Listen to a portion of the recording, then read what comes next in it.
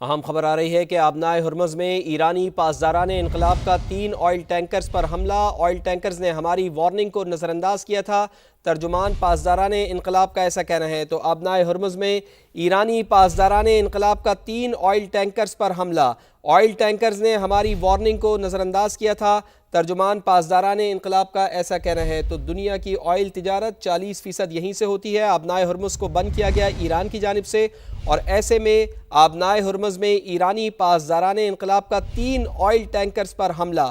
Oil tankers نے ہماری warning کو نظر انداز کیا تھا، ترجمان پاسداران انقلاب کی جانب سے ایسا بتایا گیا ہے۔ تو آبنائے ہرمز کو یہ جگہ ہے، اس کو بند کیا گیا ہے، اس راستے کو بند کیا گیا اور اس کی خلاف ورزی کی گئی۔ تو ایسے میں ایرانی پاسداران انقلاب نے 3 آئل ٹینکرز پر حملہ کیا ہے۔ اسرائیل اور امریکہ کے ایران پر تازہ حملے۔ اطلاعات آ رہی ہیں کہ اسرائیلی اور امریکی حملوں میں 20 شہری شہید ہو گئے ہیں۔ ایرانی میڈیا ایسا رپورٹ کر رہا ہے۔ تہران اور اہواز میں اسپتال، ٹی وی اور پولیس اسٹیشن پر حملے کیے گئے ہیں۔ ایرانی میڈیا کی جانب سے یہ بتایا جا رہا ہے۔ تو کھلی جارحیت ایک بار پھر جاری ہے۔ ہم دیکھ رہے ہیں کہ اسرائیل اور امریکہ کے ایران پر تازہ حملے ہوئے ہیں۔ اسرائیلی اور امریکی حملوں میں 20 شہری شہید ہو گئے ہیں۔ ایرانی میڈیا کی جانب سے یہ رپورٹ کیا جا رہا ہے، کنفرم کیا گیا ہے۔ تہران اور اہواز میں اسپتال، ٹی وی اور پولیس اسٹیشن پر حملے ہوئے ہیں۔ ایرانی میڈیا کی جانب سے یہ رپورٹ کیا جا رہا ہے۔ تو تازہ حملے کیے گئے ہیں۔ اسرائیل اور امریکہ کی جانب سے ایران پر حملے ہوئے ہیں۔ اسرائیلی اور امریکی حملوں میں ابھی تک جو اطلاعات موصول ہو رہی ہیں اس کے مطابق 20 شہری شہید ہو گئے ہیں، جبکہ تہران اور اہواز میں اسپتال پر حملہ کیا گیا ہے، ٹی وی اسٹیشن پر حملہ کیا گیا ہے اور پولیس اسٹیشن پر حملہ کیا گیا ہے۔ ایرانی میڈیا یہ رپورٹ کر رہا ہے۔ تو غزہ میں بھی ہم یہ دیکھ چکے ہیں کہ اسرائیل کی جانب سے اسپتالوں کو نشانہ بنایا گیا، پولیس اسٹیشنز کو نشانہ بنایا گیا، اسکولوں کو نشانہ بنایا گیا، اور اب بھی کسی قسم کی کوئی تفریق نہیں کی جا رہی ہے۔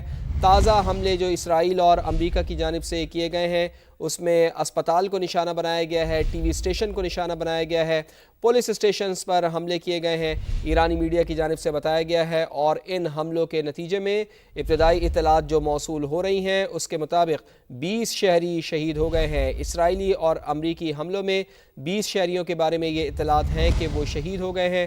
تازہ حملے کیے گئے ہیں اسرائیل اور امریکہ کی جانب سے، ایران کو نشانہ بنایا گیا ہے، تہران اور اہواز میں اسپتال کو نشانہ بنایا گیا، ٹی وی اسٹیشن کو نشانہ بنایا گیا اور پولیس اسٹیشن کو نشانہ بنایا گیا۔ ان تازہ حملوں میں تقریباً یہ بتایا جا رہا ہے کہ 20 شہید ہو گئے ہیں۔ ایران کی اسرائیل کے خلاف حملوں کی نوی لہر جاری ہے۔ 100 سے زائد میزائل داغ دیے ہیں۔ آپ کو بتائیں کہ تل ابیب، حیفا اور وسطی علاقوں میں سائرن بج اٹھے ہیں۔ لوگ جان بچانے کے لیے شیلٹرز ہوم میں چلے گئے ہیں۔ مقبوضہ بیت المقدس میں 7 اسرائیلی زخمی ہوئے ہیں۔ اس سے پہلے جنگ کے دوسرے روز ایرانی حملوں میں 2 صہیونی فوجیوں سمیت 11 اسرائیلی مارے گئے ہیں۔ 121 سے زائد زخمی ہوئے ہیں۔ تو ایران کی اسرائیل کے خلاف حملوں کی نوی لہر جاری ہے۔ 100 سے زائد میزائل داغے ہیں۔ تل ابیب، حیفا اور وسطی علاقوں میں سائرن بج اٹھے ہیں۔ لوگ جان بچانے کے لیے شیلٹرز ہوم میں چلے گئے ہیں، جبکہ مقبوضہ بیت المقدس میں 7 اسرائیلی زخمی بھی ہوئے ہیں۔ اور اس سے پہلے جنگ کے دوسرے روز ایرانی حملوں میں 2 صہیونی فوجیوں سمیت 11 اسرائیلی مارے گئے ہیں، جبکہ 121 سے زائد زخمی ہوئے ہیں۔ تو ایران کی اسرائیل کے خلاف حملوں کی نوی لہر بھی جاری ہے۔ ایران کی جانب سے بھی اسرائیل کو نشانہ بنایا جا رہا ہے۔ 100 سے زائد میزائل داغے ہیں۔ ایران نے اسرائیل کی طرف تل ابیب، حیفا اور وسطی علاقوں میں سائرن بج اٹھے ہیں۔ یو اے ای کے صدر کا امریکی صدر ڈونلڈ ٹرمپ سے ٹیلی فونک رابطہ ہوا ہے۔ بڑا اہم یہ رابطہ سامنے آیا ہے۔ ایران کے حملوں سے پیدا شدہ صورتحال پر بات چیت ہوئی ہے۔ تو امریکی صدر کے مسلسل رابطے بھی جاری ہیں۔ گزشتہ روز ہم نے یہ دیکھا تھا کہ ایم بی ایس سے رابطہ ہوا تھا امریکی صدر کا، اور اب امریکی صدر نے ڈونلڈ ٹرمپ نے ٹیلی فونک رابطہ کیا ہے یو اے ای کے صدر سے۔ ایران کے حملوں سے پیدا شدہ صورتحال پر بات چیت ہوئی ہے۔ تو امریکی صدر کا براہ راست رابطہ ہوا ہے یو اے ای کے صدر سے۔ بڑی اہم ٹیلی فونک گفتگو ہوئی ہے، اور اس ٹیلی فونک گفتگو میں ایران کے حملوں سے جو پیدا شدہ صورتحال ہے اس پر بات چیت ہوئی ہے۔ چونکہ ہم نے یہ دیکھا ہے کہ ایران کی جانب سے ابوظہبی کو نشانہ بنایا گیا، اس کے ساتھ ساتھ دبئی کو نشانہ بنایا گیا، اور اس پیدا شدہ صورتحال میں ایران کے حملوں کے نتیجے میں جو صورتحال پیدا ہوئی ہے اس کے اوپر بات چیت ہوئی ہے۔ اس ٹیلی فونک گفتگو میں محمد بن زید النہیان سے رابطہ ہوا ہے۔ یو اے ای کے صدر کا امریکی صدر ڈونلڈ ٹرمپ سے ٹیلی فونک گفتگو ہوئی ہے، اور اس ٹیلی فونک گفتگو میں ایران کے حملوں سے جو پیدا شدہ صورتحال ہے اس پر بات چیت کی گئی ہے دونوں رہنماؤں کی جانب سے۔ تو بڑا اہم یہ رابطہ ہے دونوں ممالک کے سربراہان کا۔ اچھے تعلقات ہیں، بہت اچھے مراسم ہیں امریکی صدر ڈونلڈ ٹرمپ کے یو اے ای کے صدر کے ساتھ، اور اسی تناظر میں بڑی اہم گفتگو دیکھنے میں آئی ہے۔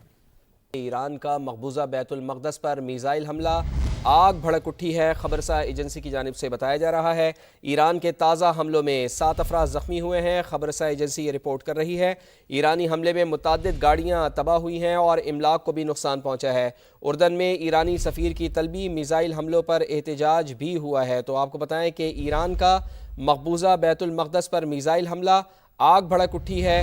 خبرساز ایجنسی کی جانب سے یہ رپورٹ کیا جا رہا ہے ایران کے تازہ حملے ہوئے ہیں اور تازہ حملوں میں 7 افراد زخمی ہوئے ہیں۔ ایرانی حملے میں متعدد گاڑیاں تباہ ہوئی ہیں، املاک کو بھی نقصان پہنچا ہے، اور اردن میں ایرانی سفیر کو طلب کیا گیا ہے۔ میزائل حملوں پر احتجاج بھی کیا گیا ہے۔ تو تازہ اطلاعات سامنے آ رہی ہیں، ایران نے مقبوضہ بیت المقدس پر میزائل حملہ کیا ہے، اور اس میزائل حملے کے نتیجے میں مناظر میں بھی آپ دیکھ سکتے ہیں کہ آگ بھڑک اٹھی ہے۔